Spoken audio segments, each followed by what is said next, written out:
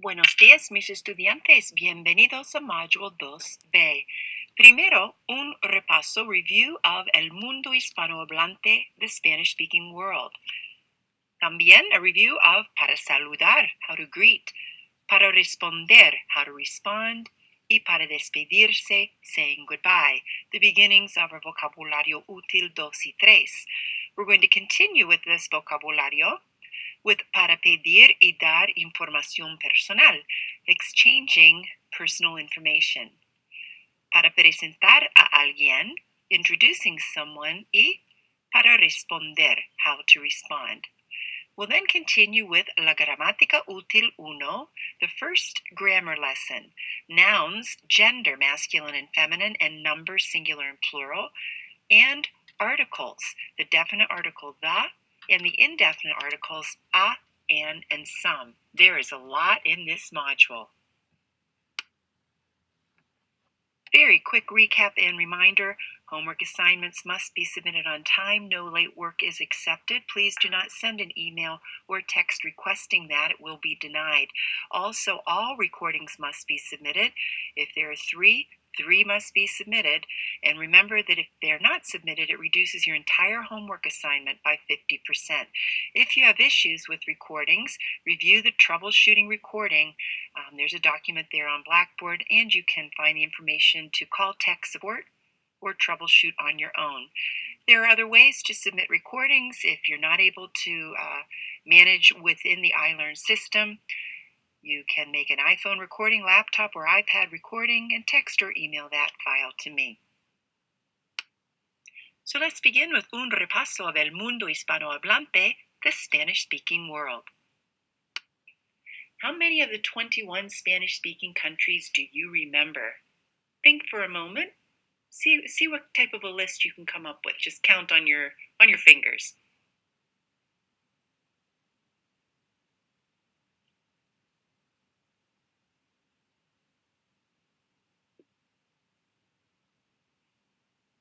Hopefully you remember a few, more than a few, maybe 10 to 15. Well, let's have another review here. Mexico is in North America. Spain is in Europe. In our 3 islands in the Caribbean, we have Cuba, Dominican Republic, and Puerto Rico. There are 6 countries that are located in Central America, and they are Guatemala, El Salvador, Honduras, Nicaragua, Costa Rica, and Panama. Hopefully you remembered that one country that is located in Africa, and that would be Guinea Equatorial.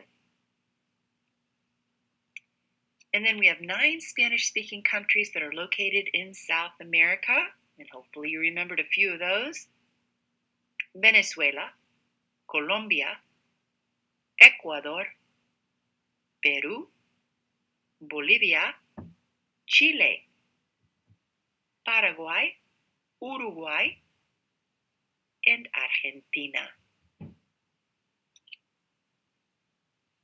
All right, we've had a bit of a review. Now think of the 21 Spanish-speaking countries. I'll call out the numbers. See if you can call out the country, pronouncing it in Spanish. Número 1. México. 2. España. 3. Guinea Equatorial. How about our islands? Número 4. Cuba. 5. República Dominicana. 6. Puerto Rico. Central America. 7. Guatemala. 8.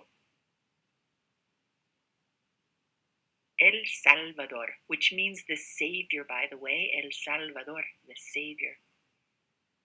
9. Honduras. 10. Nicaragua. 11. Costa Rica, which means rich coast, Costa Rica. 12. Panama. Let's get into South America now. 13. Venezuela. 14. Colombia. 15. Ecuador. Ecuador, by the way, means equator. Ecuador. 16. Perú. 17. Bolivia, and our long country there to the western side of South America. Chile. 19. Paraguay. 20. Uruguay. And think of the U being under, okay, and the P for upper. So Paraguay is the upper, and Uruguay is under Paraguay with the U. And finalmente, 21, the country with tango, lots of tango, beautiful music. Argentina. Muy bien. Now see if you can put the countries of the world into their proper place in the world. Your selection: Sudamérica, Centroamérica, Norteamérica, África, el Caribe, or Europa. Let's begin with Argentina.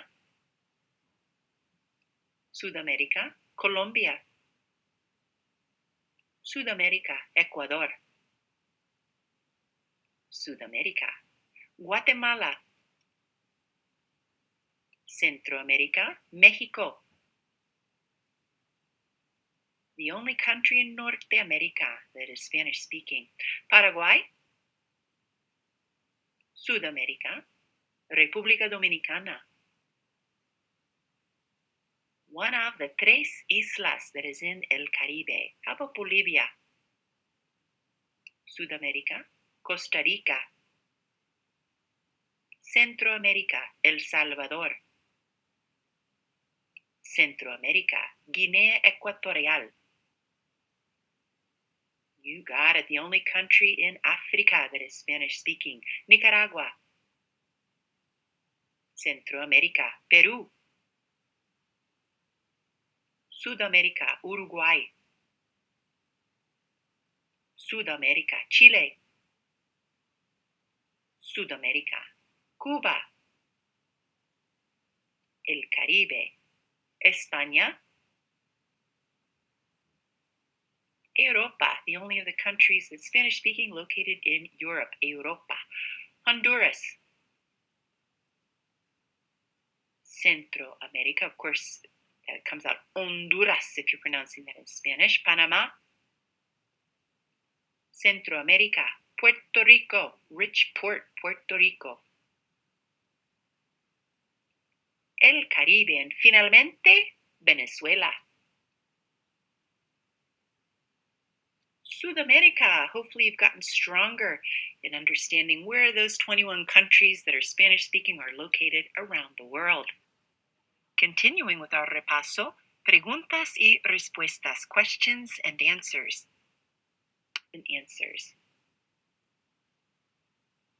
So we learned in capítulo preliminar a few ways to say, to ask about words that you don't know in English or Spanish. So repiten por favor, ¿cómo se dice en español? ¿Cómo se dice en español? Por ejemplo, repiten ustedes, repiten, ¿cómo se dice 10 en español? ¿Cómo se dice 10 en español? You also might ask, what does something mean? Repitan, ¿qué significa?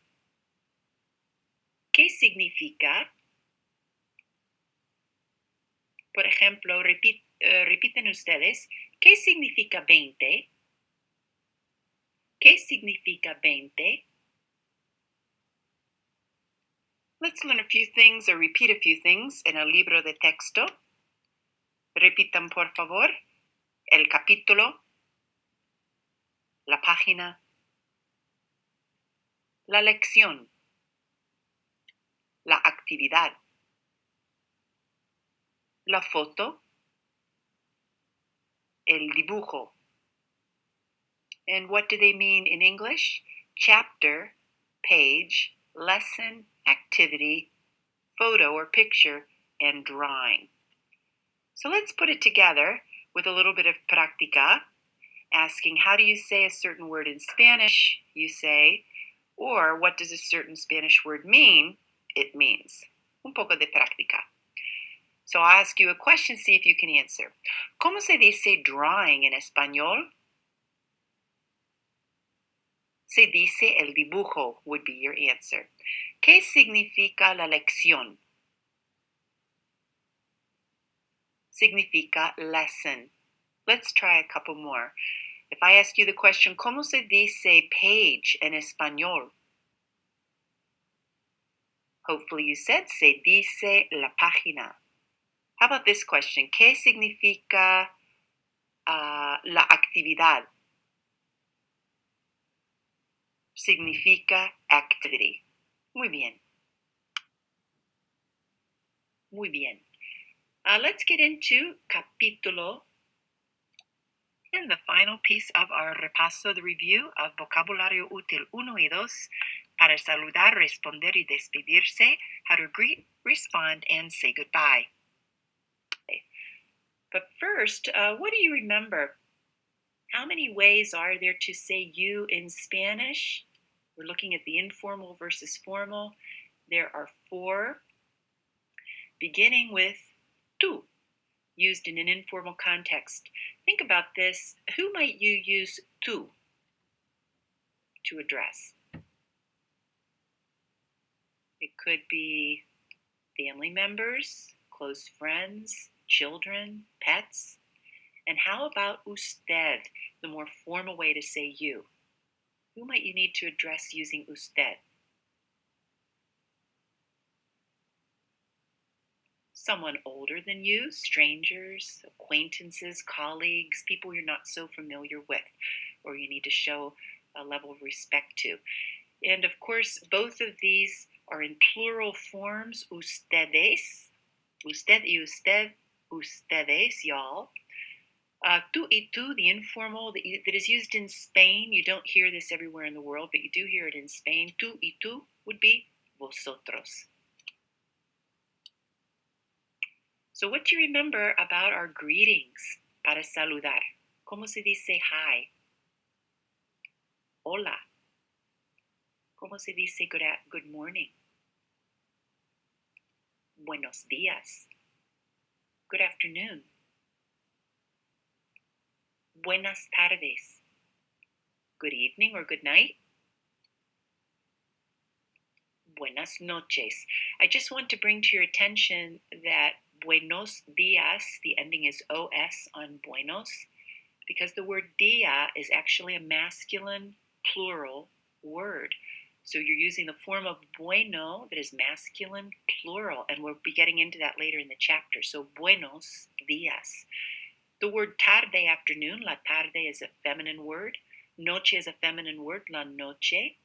Both of them we're using in the plural form, so we use the plural feminine form of the word bueno, buenas tardes, buenas noches. We'll get into that more in our module.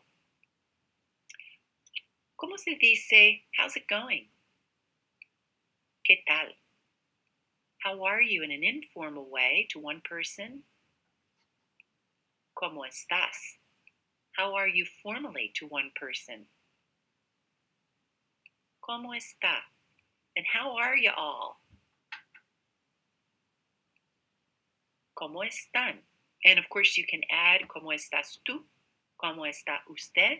¿Cómo están ustedes? But you do not have to add those pronouns tú, usted, y ustedes. You can just say the questions without them. ¿Cómo se dice? How is it going for you informally to one person singular? ¿Cómo te va? How do you say how's it going for you one person formal? ¿Cómo le va? How's it going for y'all? Plural. ¿Cómo les va? ¿Cómo se dice well? You're answering now para responder. It's going well, well. Bien. Fairly well. bastante bien, very well or not very well, muy bien or no muy bien. The next three are great cognates. They're exactly like their English. Regular, terrible, terrible, fatal, horrible, fatal. ¿Cómo se dice thank you? Gracias. And you, informally, singular, one person. Y tú. And you, formally, one person, singular. Y usted. Continuing with our repaso, a few casual ways to say things. What's new? ¿Qué hay de nuevo? And your respuesta, not much. No mucho, or nothing. Nada. Un poco más useful vocabulary. So somebody says they're doing terribly, you want to say, I'm sorry. Lo siento. What a shame. Qué lástima.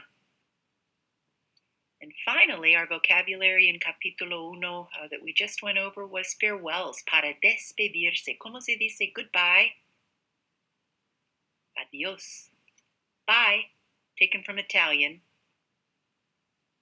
Ciao. Until later, or see you later. Hasta luego, remember the L like later, luego. ¿Cómo se dice until soon? Hasta pronto, pronto, pronto. That means soon. ¿Cómo se dice until tomorrow? Hasta mañana. ¿Cómo se dice until we see each other? Nos vemos, nos vemos. And finally, okay, or well, I have to go. Bueno, tengo que irme. Now we'll move on to la materia nueva, un poco más, a little bit more of el vocabulario útil 1 y 2, para pedir y dar información personal, exchanging personal information. Now we're going to begin asking a bit more information and giving more information to a speaker, para pedir y dar información personal, exchanging personal information, to ask and to give personal information. Repitan, ¿cómo te llamas? ¿Cómo te llamas? ¿Cómo se llama? ¿Cómo se llama? Notice to ask someone that is younger than you in an informal way, ¿cómo te llamas? Means how do you call yourself?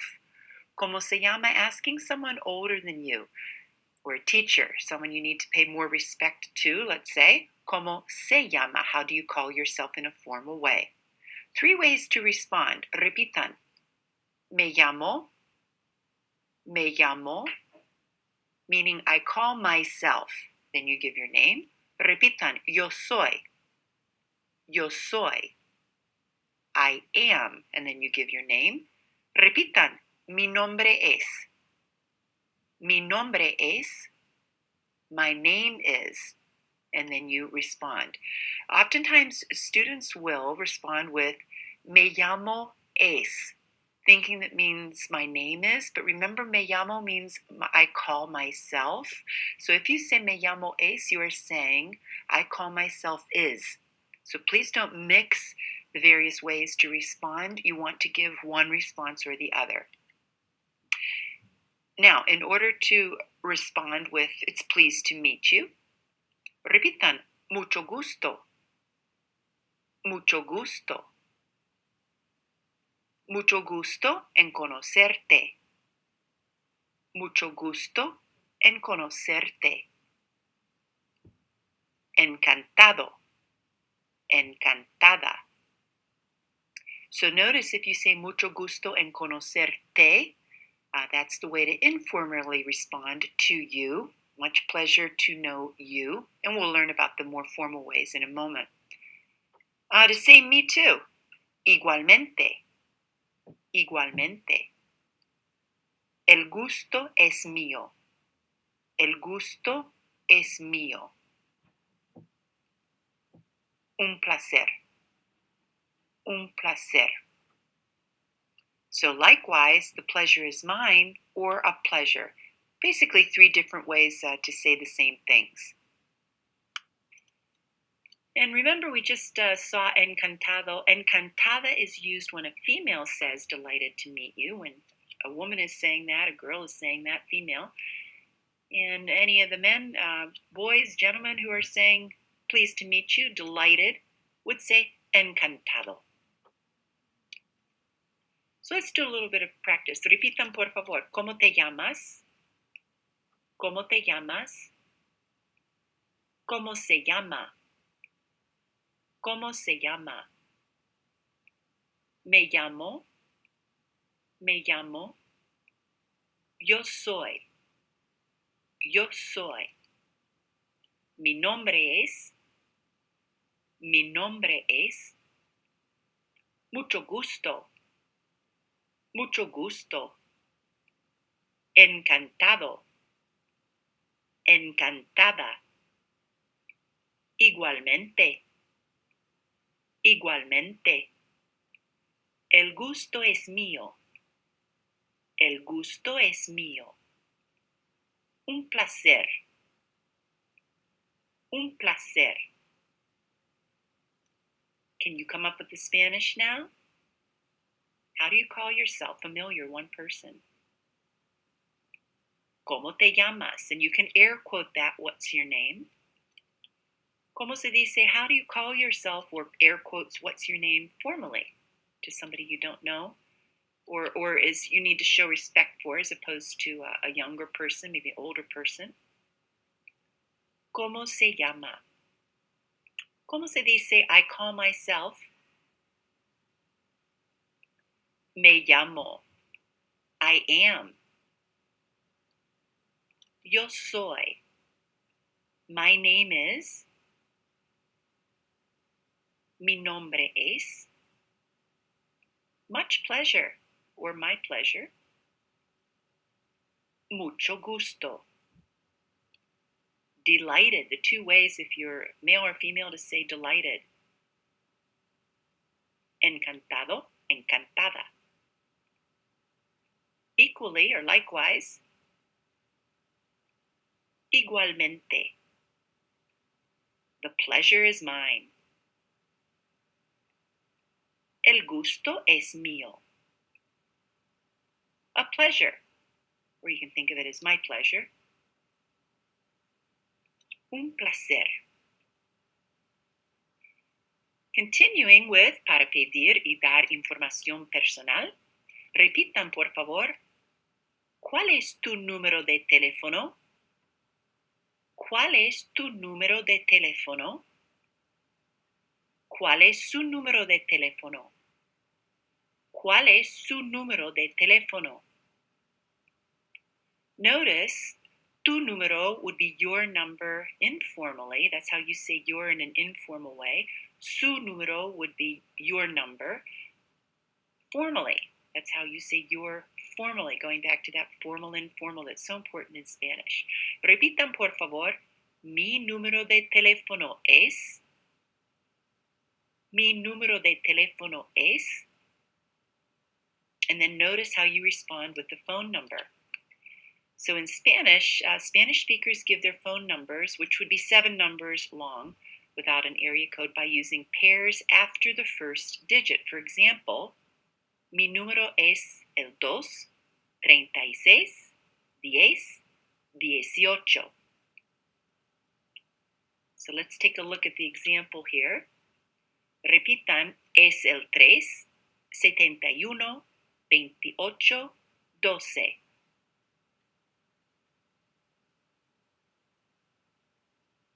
Muy bien.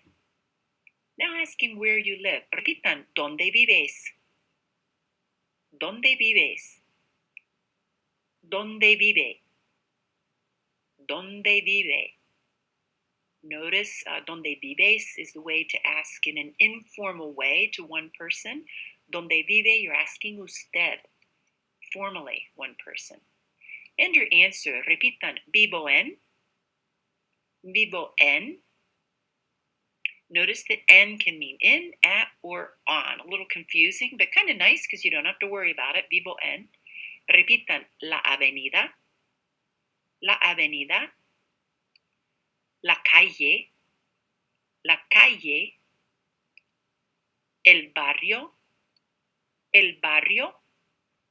la colonia, la colonia. So both barrio and colonia mean neighborhood. And look at la calle. You can think of those two L's as being the two sides of a street, right? La calle. And avenida, that's pretty nice. It's a nice cognate, very similar to English. So let's do a little bit of práctica. Repitan, por favor. ¿Cuál es tu número de teléfono? ¿Cuál es su número de teléfono? Mi número de teléfono es el. Mi número de teléfono es el. And then you would give the numbers. Or you could be a little lazier and you could just say, repitan, es el. And then you give the numbers, single digit and 3 pairs. Repitan, ¿dónde vives? ¿Dónde vives? ¿Dónde vive? ¿Dónde vive? Vivo en la avenida, la calle, el barrio,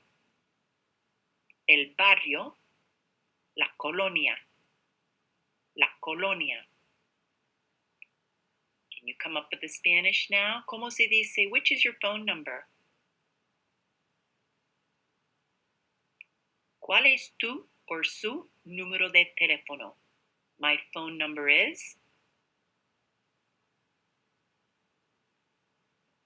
Mi número de teléfono es el, and then give the numbers. Or just it is.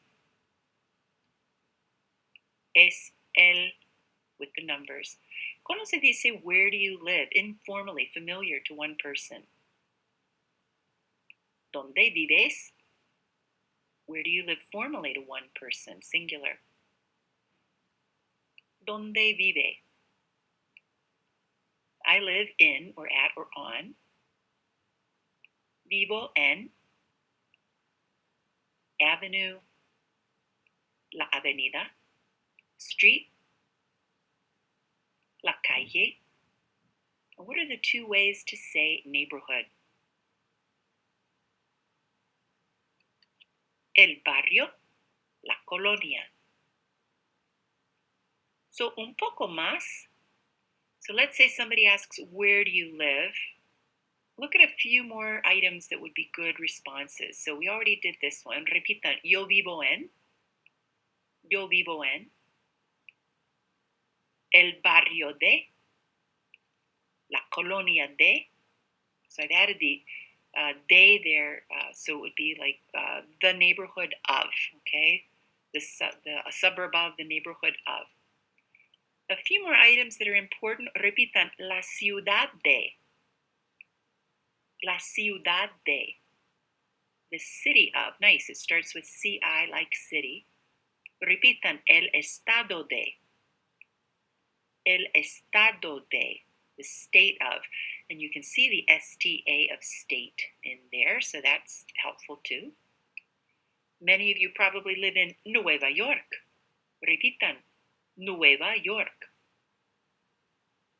And ¿cómo se dice the United States? So we're going to take our word state, estado, make it plural, and it comes out like this. Los Estados Unidos. Repitan, los Estados Unidos. Los Estados Unidos. So in Spanish, you're saying the States United. They put their descriptive adjectives after the word that's being described, so that's the case here. And just like in English, we can abbreviate the United States to USA. Here's how we do that in Spanish. Repitan, los EEUU. It's Sounds kind of funny, doesn't it? But you pronounce the E 2 times and the U two times. Repitan los u. Los u. So see if you can come up with the Spanish now. ¿Cómo se dice I live in, at, or on? Yo vivo en. The neighborhood of. El barrio de, or la colonia de. ¿Cómo se dice the city of? La ciudad de, the state of. El estado de. ¿Cómo se dice New York in Spanish? Nueva York. ¿Cómo se dice the United States? Remember, it's the States United in Spanish. Los Estados Unidos. And ¿cómo se dice the USA, the abbreviated version? Los EEUU. We're going to continue now with para pedir y dar información. Another way somebody might ask where you live, they might ask, what's your address? Repitan, ¿cuál es tu dirección? ¿Cuál es tu dirección? And notice that dirección is a false cognate. You really want to think that means direction, right? But in direction for example, an activity in the book would be instrucción. Would be another way, but ¿cuál es tu dirección? Dirección meaning address. Repitan, ¿cuál es su dirección? ¿Cuál es su dirección? The formal way to ask. Mi dirección es. Mi dirección es. Of course, you would give your street. Repitan, la avenida. La avenida. La calle. La calle. And then you would give the número. Repitan, número. Número. So in English, of course, we would say, I live at 64 Maple Street. In Spanish, they would say, I live at Street Maple 54. They give the number at the end. So un poco de práctica, repitan, ¿cuál es tu dirección? ¿Cuál es tu dirección? ¿Cuál es su dirección? ¿Cuál es su dirección? Mi dirección es. Mi dirección es. La avenida. La avenida. La calle. La calle. Número. Número. Can you come up with the Spanish now? Which is your address in an informal, familiar way? ¿Cuál es tu dirección? How would you ask that in a formal way? ¿Cuál es su dirección? My address is. Mi dirección es. The avenue.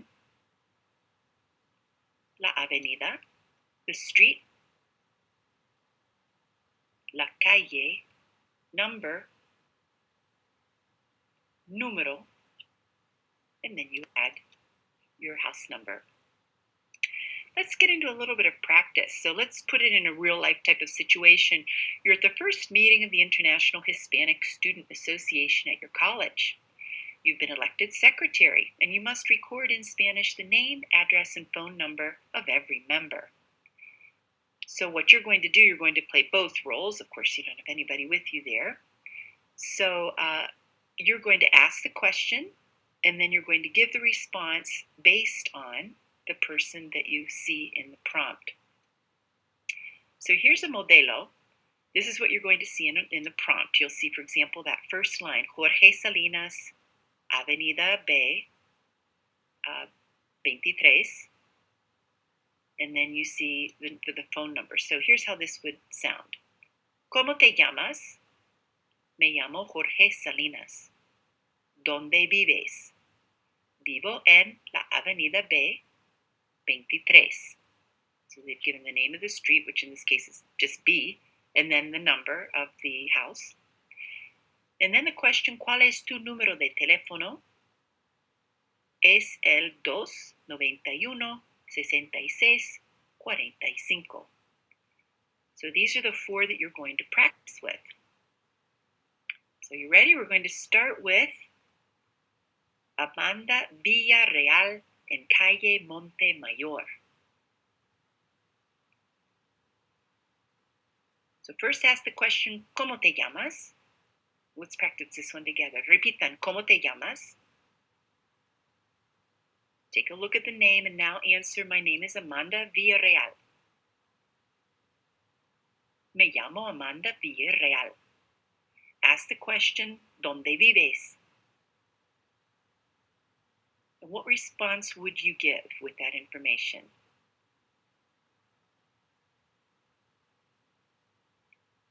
Yo vivo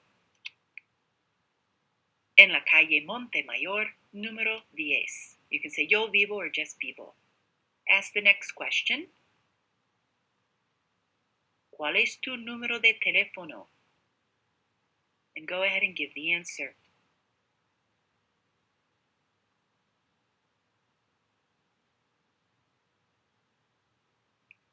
Es el 8-13-02. Notice you'll have to give both numbers if a 0 is involved first. 02-55. Okay, let's go on to número 2. Diego Ruiz en Colonia del Valle, calle Iturbide. Go ahead and ask the first question. What's your name? ¿Cómo te llamas? And answer. Me llamo Diego Ruiz. Ask the question, where do you live? And answer.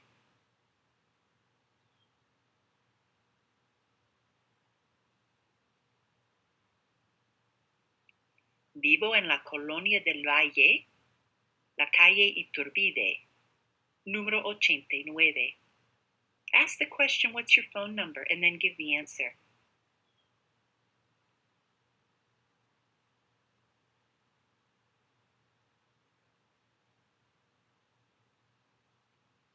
¿Cuál es tu número de teléfono? Es el 794-7130.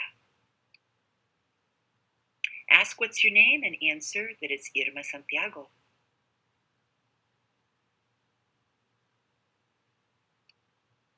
¿Cómo te llamas? Me llamo Irma Santiago. Ask Irma, where do you live? And then answer.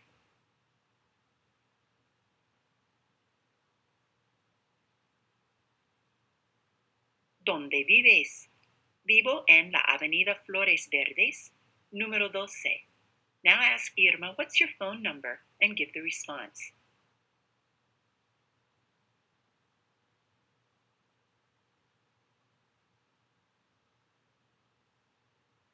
¿Cuál es tu número de teléfono?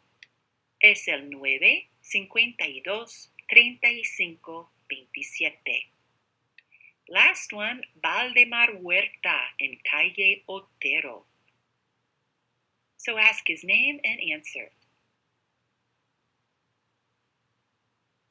¿Cómo te llamas? Me llamo Valdemar Huerta. Ask Valdemar where he lives and give the respuesta.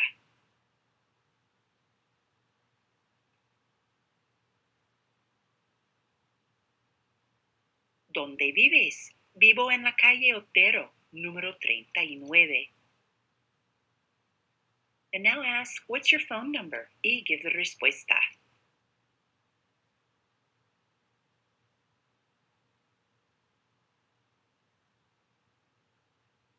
¿Cuál es tu número de teléfono?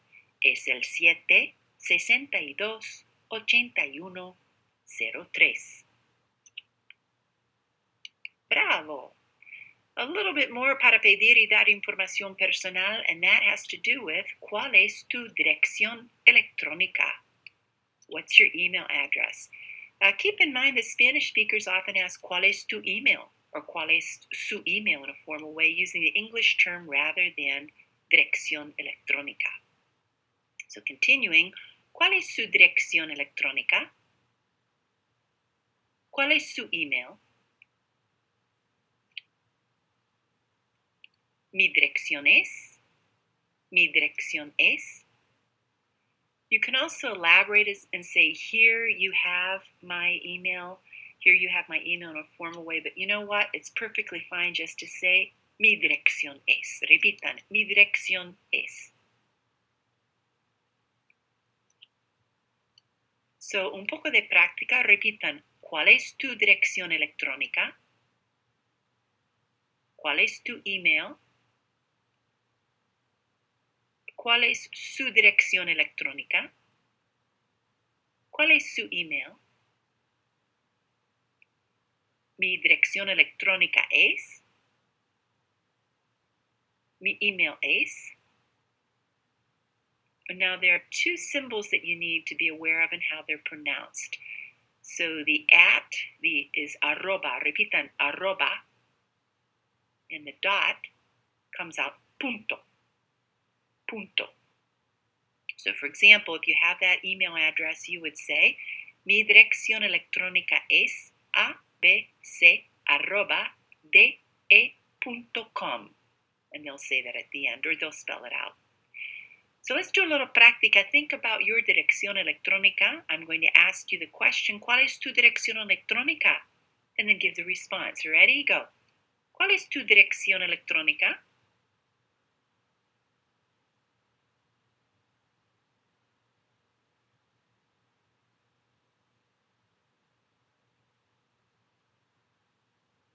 So maybe you had time to spell that out. So if you had Gmail, it would be punto Gmail.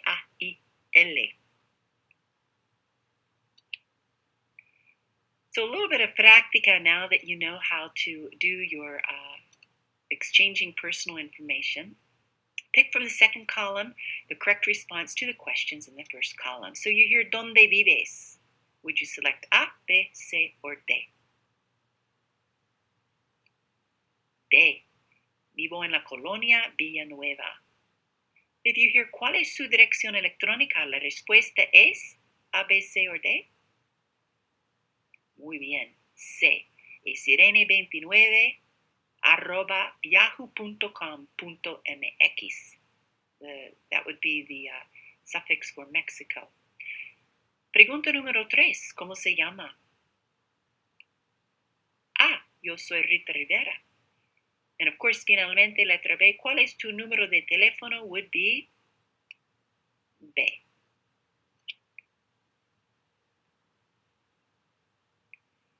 Now to present someone, para presentar a alguien. You come into class, you come into a party, you have somebody with you and you want to present them. So, or you want to present yourself. Repitan, soy. Soy. You can also say yo soy. Repitan, me llamo. Me llamo. Mi nombre es. Mi nombre es. And now you want to present somebody who's with you. And you're presenting this person to somebody who's younger than you, who's more familiar. So you would say, repitan, quiero presentarte a. And then you say the name of the person. And this is the way to do that to somebody who you're more familiar with. Quiero presentarte a. Repitan, quiero presentarle a. Quiero presentarle a. Now you're presenting someone to a person who's more formal, older, unfamiliar, and you use presentarle. Repitan, quiero presentarles a. Quiero presentarles a. So now you're presenting someone to you all, to a group. And how would you respond? We've already did these. We'll just go over these quickly again. Repitan, mucho gusto. Mucho gusto en conocerte. Mucho gusto en conocerle. Mucho gusto en conocerles. So, delighted to meet you, one person familiar, te. Delighted to meet you, one person who you're being more formal with, le. Delighted to meet you all, les. Repitan, encantado, encantada. Igualmente, el gusto es mío. Un placer. So un poco de práctica, repitan yo soy, me llamo, mi nombre es, quiero presentarte a, quiero presentarle a, quiero presentarles a,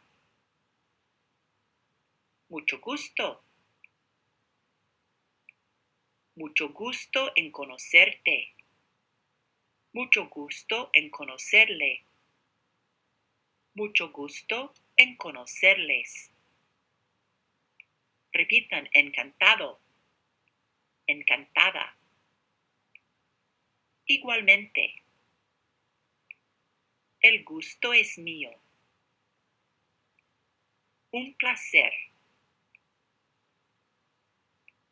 Can you come up with the Spanish? ¿Cómo se dice I am? Yo soy. I call myself. Me llamo. My name is. Mi nombre es. And what are the three ways to say I want to present to you? Familiar singular, formal singular, and plural. Quiero presentarte, presentarle, presentarles a, which would be the two. Much pleasure. Mucho gusto. The three ways to say much pleasure to know you. Singular, familiar, singular, formal, and plural. Mucho gusto en conocerte, conocerle, conocerles. ¿Cómo se dice delighted? Encantado or encantada. Equally, me too. Igualmente, the pleasure is mine. El gusto es mío. A pleasure. Un placer. Time for the práctica. Choose the best response to each statement. Someone says, Me llamo Rubén. You would answer, un placer. You hear, quiero presentarte a Cristina. Mucho gusto. So I want to present you to Cristina. You wouldn't answer with, me too. Or, well, I have to go. You would say, much pleasure. Now you hear somebody número 3 say, mucho gusto en conocerte. How would you respond? Igualmente. So much pleasure in knowing you, meeting you. You would answer equally. You wouldn't answer bye, or my name is Santiago. And finally, número 4, bueno, tengo que irme. And how would you respond? Hasta luego. You would respond with a farewell. You wouldn't say delighted, or the pleasure is mine. On we go to La Gramática Útil 1, your first grammar lesson identifying people and objects. So the lesson will begin with nouns, people, places, and things, and talk about number and gender of nouns in Spanish. Then we'll move on to definite articles, how to say the in Spanish, and a lesson on indefinite articles, how to say a, an, and some in Spanish. Bueno, gramática útil número 1, identifying people and objects, nouns, and articles. So how do you use them? Nouns in parts of speech and language are identify people, places, and things. For example, Señora Valesco is a noun. Mrs. Valesco. Calle, street, teléfono are all nouns. Articles supply additional information about the noun, and they come before the noun. Definite articles refer to a specific person, the person, place, or thing. So, por ejemplo, la Avenida Central es la calle más importante de la universidad. You already know which avenue and university you're talking about. So, the Central Avenue is the most important, or the most important street in the university. So you're being very specific when you use the definite article the. So how do you form them in Spanish? Well, you have to keep in mind a couple of things. Number indicates whether a word is singular or plural. So the noun has a number to it. So for example, el libro is singular, tres libros, plural. So we see a singular noun, a plural noun. La mesa, dos mesas. And gender indicates whether a word is masculine or feminine. And that was easy when we were talking about people. El chico, la chica, we know that that's a boy or a girl, but also all nouns in Spanish, even if they're just things, have gender. So for example, we have el libro, that is a masculine word, the book. La mesa is a feminine word, the table. They have nothing to do with being male or female. It's kind of an unusual concept for English speakers, but all nouns in Spanish have gender. They're either masculine or feminine.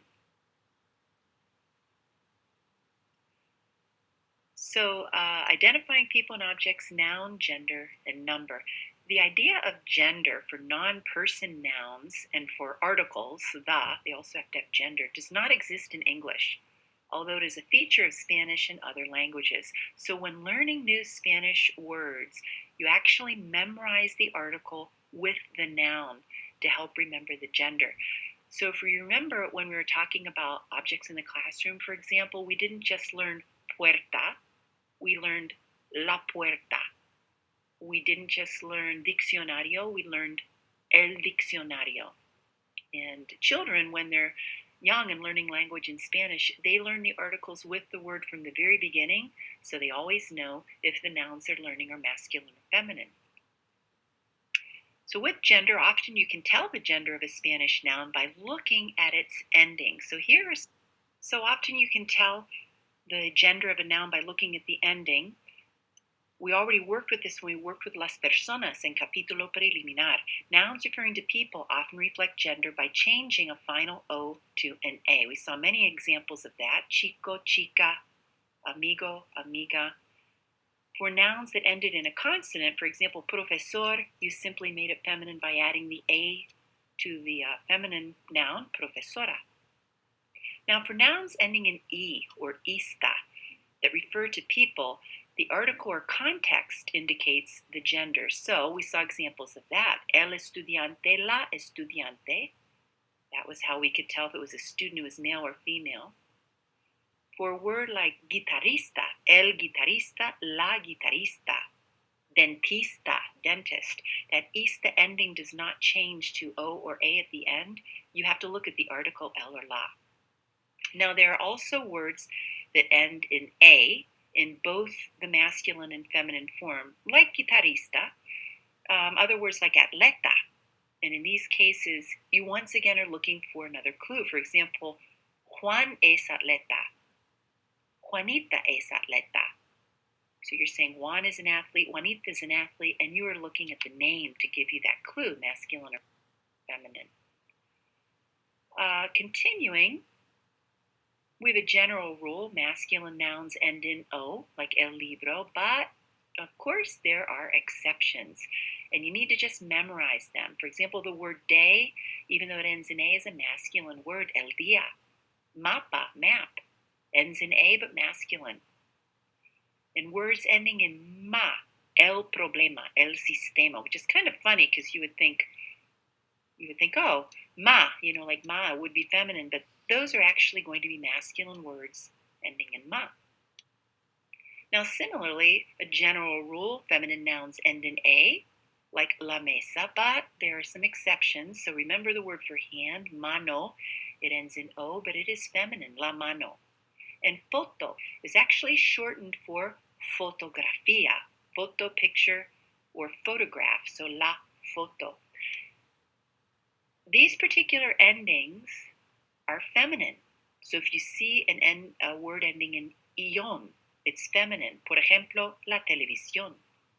If you see a word ending in dad, and again, it's kind of like ma, right? Ma is masculine ending, dad is a feminine ending. For example, la ciudad, the city.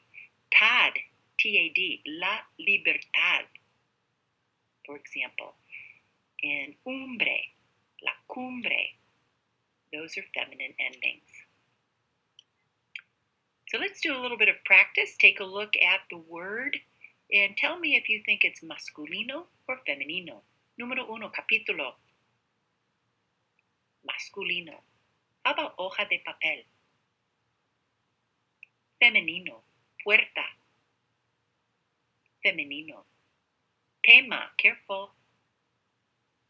Masculino. There's that ma ending. That's a masculine word. How about conductor? Well, we had el proyector, so you sort of attach that, what you already learned, el proyector, masculine. Estudiante. Trick question, masculino o femenino. Papel. El papel, masculine. Proyector. Masculino. Dirección. Take a look at that ending. This is a general rule. Femenino, la dirección. How about día? Yep, one of the exceptions. Masculino.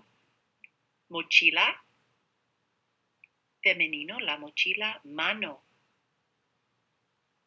One of the exceptions is a feminine word that ends in O. Now, to make nouns plural, this is pretty easy. If a noun ends in a vowel, for example, calle, all you do, you add an S and it becomes calles. That's easy. If the vowel ends in a consonant, you can't just add an S in Spanish because of pronunciation. You have to add another syllable, ES. So universidad becomes universidades. Ciudad, ciudades. Papel, papeles. You're going to add another syllable to the end. And finally, just a little bit of notation as far as spelling.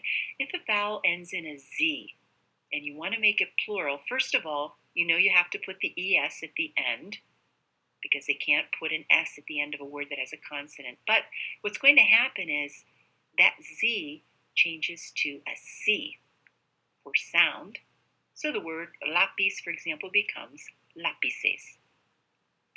Now, generally, when a singular noun has an accent mark on the last syllable, you drop that accent when the plural is formed. So, por ejemplo, la conversación, las conversaciones doesn't need an accent over the O. So let's take a look at this little article. How many plural nouns can you identify in this poster for a pet fair? Take a look.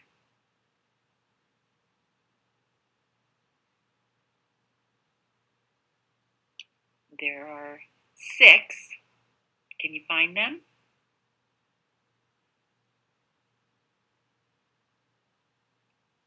Mascotas, perros, gatos, pájaros, lagartos, serpientes. Those are our 6 plural nouns.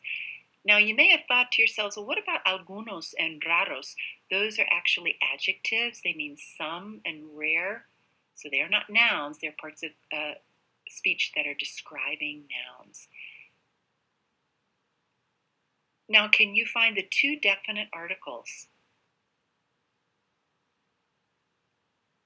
Las and los. So we haven't gotten into the plurals of definite articles. Time to do that now. So how many ways can you say the in Spanish? Well, the answer is 4. Why 4? Because number and gender are involved in Spanish. So what are those 4 definite articles, 4 ways to say the? El, la, los, and las. What are the 4 ways to say the? El, la, los, and las. Because of gender, el, la, masculine, feminine, and number, los, las, the plural forms. El, la, los, las.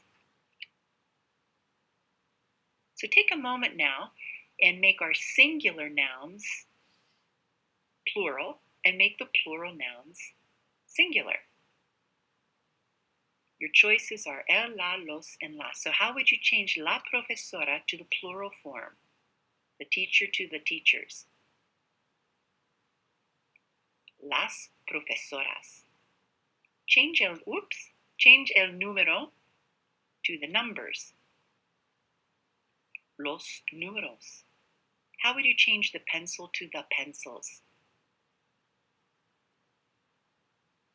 Los lápices. Remember to change that Z to a C and the ES ending. Change the problem to the problems. El problema, los problemas. Now go the other way. Change the lessons to the singular, the lesson. Las lecciones becomes la lección. Change the books to the book. Los libros becomes el libro. The projectors to the projector. Los proyectores becomes el proyector. How about the neighborhoods to the neighborhood? Las colonias becomes la colonia. The hand to the hands. La mano to las manos. And finally, the days. How would you make the days singular to just the day? El día. Muy bien, so we've now learned the ways to say the in Spanish. El, la, los, and las.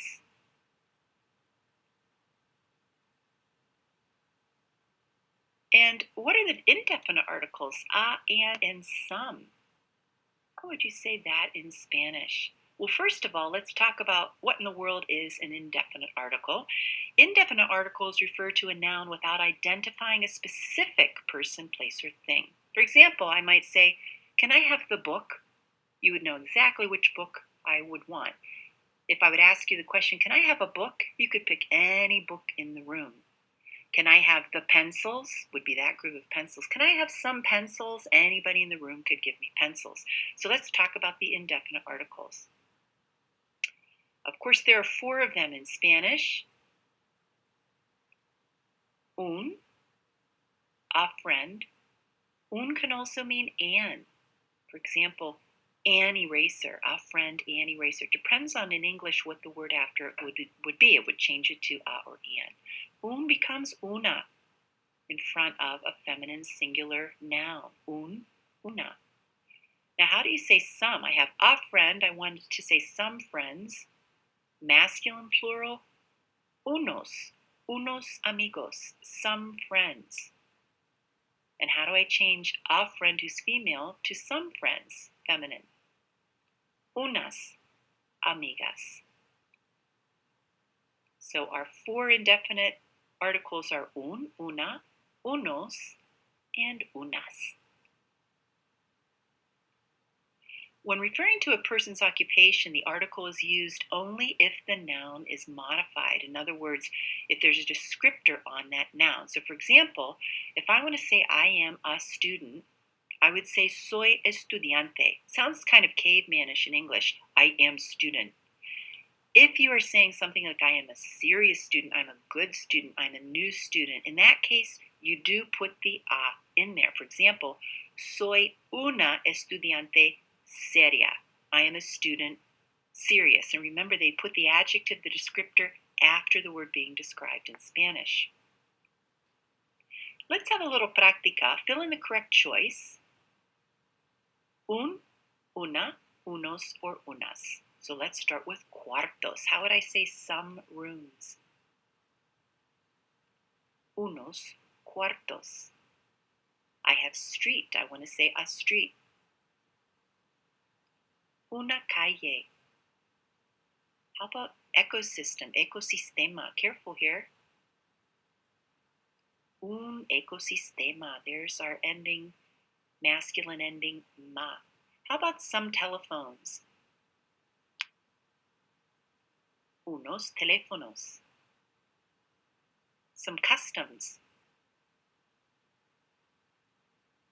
Unas costumbres. Umbre is one of the endings that, as a rule, is feminine. And how about a chalk? Una tiza. Now let's change the definite article on the left, el, la, los, las, the 4 ways to say the, to the indefinite article on the right. So change the teacher to a teacher or a professor. La profesora becomes una profesora. Change the number to a number. El número becomes un número. The pencils to some pencils. Los lápices becomes unos lápices. The problem to a problem. El problema changes to un problema. The lessons to some lessons. Las lecciones becomes unas lecciones. The books to some books. Los libros changes to unos libros. The projectors to some projectors. Los proyectores changes to unos proyectores. The neighborhoods to some neighborhoods. Las colonias changes to unas colonias. The athlete to an athlete. La deportista becomes una deportista. And finally, the days to some days. Los días changes to unos días. A little bit of information about our definite and indefinite articles. First, remember that you use masculine articles with masculine nouns, feminine articles with feminine nouns. That makes sense, right? When a noun is in the plural, the corresponding plural article is used. So, el hombre, los hombres. It's called agreement in Spanish. You have to match things. Masculine to masculine, masculine plural to masculine plural, etc. When referring to a person's profession, remember that the article is omitted. Liana es profesora. Ricardo es dentista. We wouldn't say Liana es una profesora, except when the noun is modified. So if we want to say Liana is an excellent profesora, we put in the article. Liana es una profesora excelente.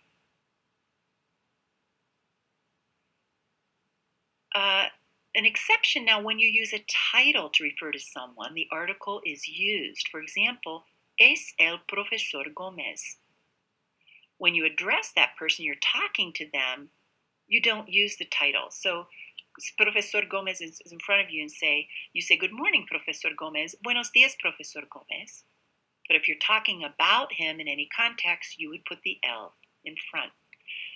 The following titles are typically used with the article when you're talking about, referring to a person, without the article when you're directing that title to the person. So we have señor for Mr., señorita for Miss, señora for Mrs., profesor, profesora for professor.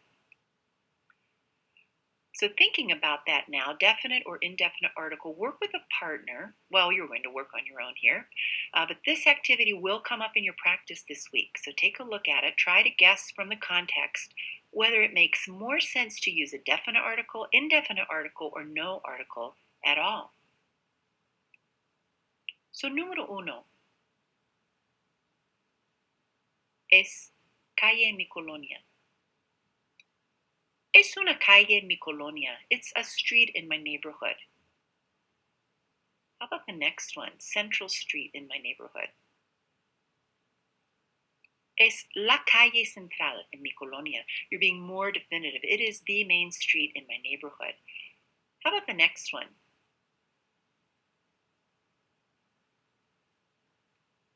Es profesor en mi universidad. No article here. Teacher in my university. How about the next one? It has a little bit more information. Es el profesor de español. The Spanish teacher. The next one. The most intelligent in my class. Es la estudiante más inteligente de mi clase. You're being specific. The next. Es estudiante. Once again, this is a case where there's no Descriptor, there's nothing describing students, so there is no article. Número 4. Anytime we see most important, it's definite. Es la avenida más importante de mi colonia. How about the next one? It's general. Es una avenida en mi colonia. Número 5. General. Es una universidad en mi estado. It's a university in my state. And the last one, yep, the most important, es la universidad más importante de mi estado. Let's take a moment to think with a partner. You're going to do this, of course, on your own. Complete the following introductions with the correct definite or indefinite articles where they're needed. If no article is needed, you just put an X. So, conversation here. Señora Oliveras, quiero presentarle a la señorita Martinez. You're referring to her, so you use the article. Un placer. ¿Dónde vive usted? And how would you answer? Vivo en la calle Colón, en la colonia Robles. So you use the articles in front of street and neighborhood. How about conversación número 2? Oye, Ricardo, hey Ricardo, quiero presentarte a mi amiga Rebecca. Ella es dentista, no article. The response, mucho gusto, Rebecca. Yo soy, no article, profesora de matemáticas. I'm math teacher, using it as a descriptor. And how about the next sentence? ¿De veras? Really? Yo tengo un amigo que es profesor también. I have a friend who's a teacher also. These can be a little bit tricky, I know, so if you're not getting them, it's okay. Not the end of the world if you don't remember, by the way, when you're just speaking. So, número 3, buenas tardes, yo soy el señor Bustelo. So, I am señor Bustelo, and you're not talking to somebody one-on-one, so you're not saying, hola, señor Bustelo. You're talking about yourself or the person, so you use the article. Señor Bustelo, ¿cuál es su número de teléfono? Es él, and then the number. Last one, hola, buenos días. ¿Puedo hablar con el señor Lazema? You're not talking to señor, you're referring to him. So am I able to talk with señor Lazema? Lo siento, no está. Sorry, not here. Por favor, dígale, tell him, que llamó. Tell him that señora Barlovento, da señora, you have to use that because you're referring to señora. Tenemos clase de administración mañana y necesito darle los apuntes. So we have administration class tomorrow and I need to give him the notes. Okay, a lot of information that we covered in this particular module. So I just want to tell you how to access your flashcards if you want to review your vocabulary. Go into your iLearn. Click on Practice. Click on the chapter that you want. And you're going to see the flashcards that come up. You can use this as a resource to practice your vocabulary. Now that we're into the grammar topics, you can also access tutorials, which can be very helpful to review a particular grammar topic. Once again, click on Practice in iLearn, your chapter, and you're going to see where the tutorials come up. Scroll down on this particular page of practice. Once you click on the tutorial that you want, the tutorial will come up. Click on the video to start, and you can review the grammar information. I know you've already seen it lots of times before, but remember, homework assignments are not accepted late. Recordings have to be submitted in order to get full credit for your homework. If you have issues, look up troubleshooting in Blackboard, and remember there are other ways to get those recording files to me. Text them or email those files to me. Muy bien, mis estudiantes, es el fin de Module 2B. Buen trabajo y hasta pronto.